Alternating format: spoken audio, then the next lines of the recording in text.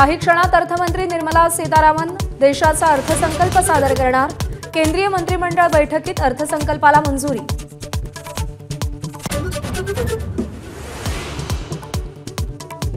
विधानसभा निवडणुकीच्या तोंडावर बजेटमध्ये महाराष्ट्राला काय मिळणार? रेल्वे मार्ग, नव्या गाड्या, पायाभूत सुविधांसाठी निधीची अपेक्षा। शेतकरी सन्मान निधीमध्ये वाढ होण्याची शक्यता। शेतकरी आणि ग्रामीण विकासावर भर राहतो की शहरच बजेटचा केंद्रबिंदू राहतात याकडे लक्ष।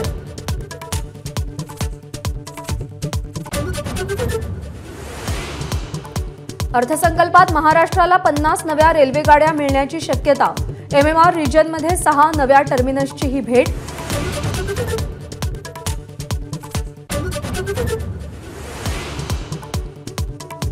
महागाई कमी करा, शेतकऱ्यांच्या आधारभूत किमतींसाठी काहीतरी करा। विकास दर 16 ते 17% न्या। महाराष्ट्राचे माजी अर्थमंत्री जयंत पाटील यांनी अपेक्षांची यादी वाचून दाखवली।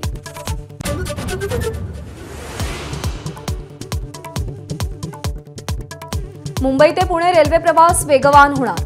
कर्जत ते तळेगाव दरम्यान नवा रेल्वे मार्ग उभारण्याचा विचार। सविस्तर अहवाल देण्याची अधिकाऱ्यांना सूचना।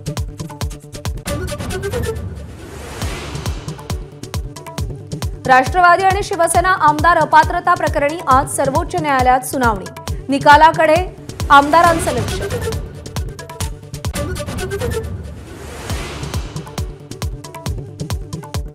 नांदगावमध्ये टोमॅटोची लाली वाढली। जाळीला 1400 रुपयांचा भाव।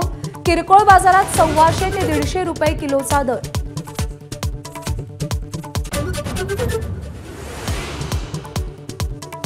मुंबई क्रिकेट असोसिएशनच्या अध्यक्षपदासाठी आज निवडणूक। उपाध्यक्ष संजय नाईक आणि सचिव अजिंक्य नाईक यांच्यात चुरशीचा सामना। एबीपी माझा, उघडा डोळे बघा नीट।